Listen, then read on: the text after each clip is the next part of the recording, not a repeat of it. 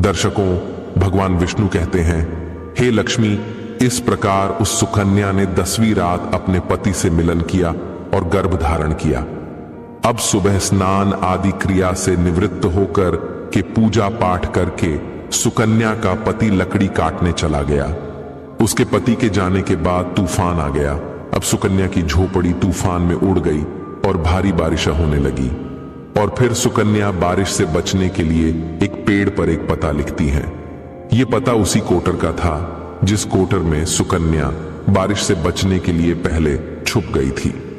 और सुकन्या ने पेड़ के ऊपर पता इसलिए लिखा था कि जब उसका पति वापस आए तो पेड़ पर लिखा हुआ पता पढ़ करके उसी कोटर के पास आ जाए।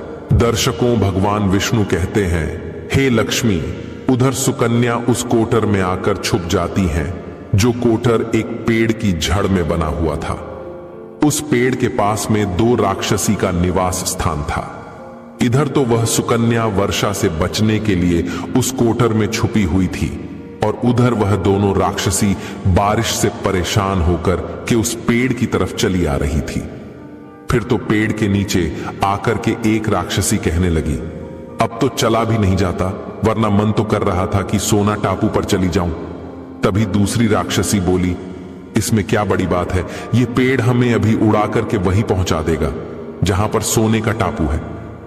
दर्शकों, ऐसा कहकर कि वह दोनों राक्षसी पेड़ की शाख पर बैठ गई और पेड़ एकदम से उड़ने लगा। उधर थकी हारी सुकन्या कोटर में छुपी हुई थी। कोटर में घुसते ही सुकन्या को नींद आ गई थी, लेकिन पेड़ के उड़ने से लगने वाले झटकों से सुकन्या की नींद खुल गई और पेड़ को उड़ता देखकर कि वह एकदम से घबरा गई। दर्शकों, जब सुकन्या ने कोटर से बाहर देखा तो पेड़ की डाल पर 2 राक्षसी बैठी थी। अंततः सुकन्या ने परिस्थिति के साथ समझौता किया और सोचा कि जो होगा अच्छा ही होगा। फिर कुछ देर की उड़ान के बाद में वह पेड़ एक सोना टापू पर पहुंचकर के उतर गया। उधर दोनों राक्षसी को भूख लग रही थी, इसलिए वह दोनों शिकार की तलाश में निकल गई। भगवान विष्णु कहते हैं, हे लक्ष्मी, उन दोनों राक्षसी के जाने के बाद में सुकन्या कोटर से बाहर निकली और उसने चैन की सांस ली। अब जैसे ही सुकन्या ने सोना टापू पर फैली रेत को देखा तो एकदम से अचंभित में पड़ गई कि यह रेत तो चमचमा रही है। और जैसे ही सुकन्या ने रेत को हाथों में उठाया तो एकदम से चिल्लाने लगी, अरे यह तो सोने की रेत है। और फिर सुकन्या ने अपनी साड़ी की आंचल में वह जितनी रेत बांध सकती थी उसने बांध ली और पुनः आकर के उसी कोटर में छिप गई। दर्शकों, भगवान विष्णु कहते हैं, इधर तो सुकन्या का उस कोटर में वापस जाना हुआ, उधर दोनों राक्षसी पेड़ पर वापस आ गई और वह आपस में कहने लगी, आज तो भरपेट खाना खा करके पूरी तृप्ति हो गई, अब चलो वापस लौट चलते हैं हम जहां से आए थे। और फिर इस प्रकार थोड़ी देर में वह पेड़ उड़ करके उसी स्थान पर पहुंच गया जहां से वह पेड़ उड़ करके गया था।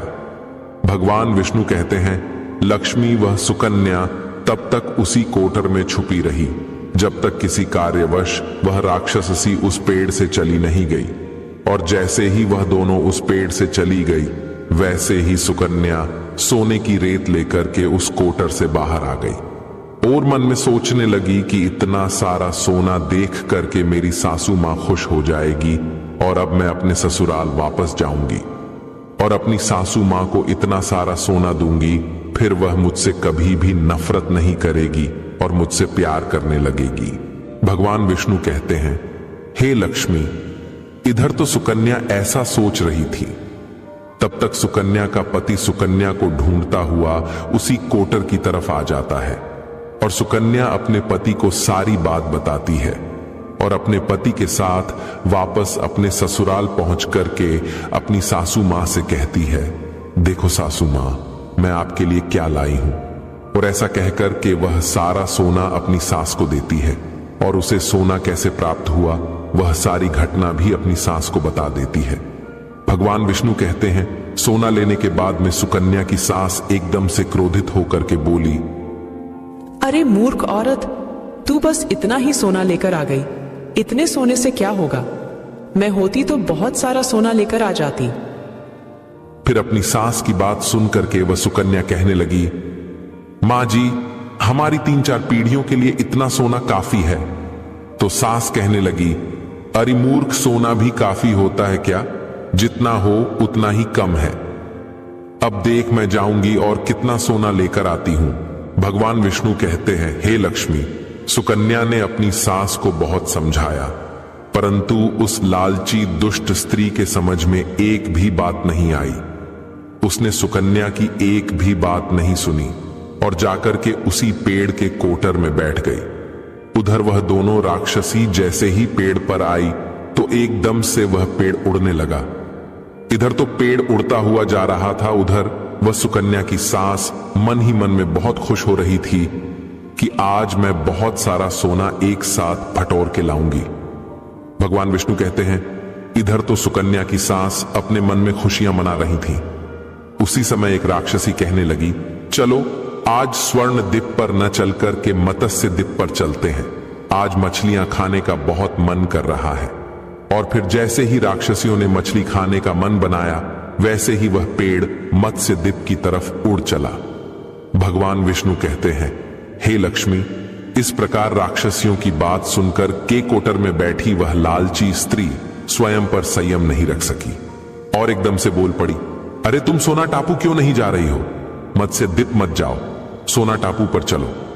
अब जैसे ही उस लालची स्त्री इतनी आवाज दी तो राक्षसियों ने समझ लिया कि इस पेड़ की कोटर में कोई जरूर छिपा बैठा है और उन्होंने एकदम से जैसे ही कोटर में प्रवेश किया और फिर जैसे ही उन दोनों राक्षसियों ने उस लालची स्त्री को देखा तो एकदम से उसे उठा करके पेड़ से नीचे फेंक दिया और धरती पर गिरते ही उस लालची स्त्री की मौत हो गई।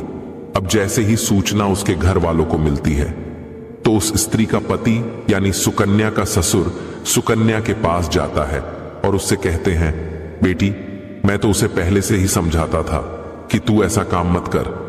कभी भी किसी को लालच नहीं करना चाहिए और बहुएं बेटी की तरह होती हैं, उनको प्यार देना चाहिए।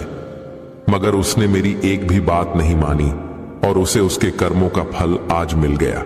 भगवान विष्णु कहते हैं, हे लक्ष्मी, उधर सुकन्या अपने पति के साथ में सुखपूर्वक जीवन यापन करने लगी।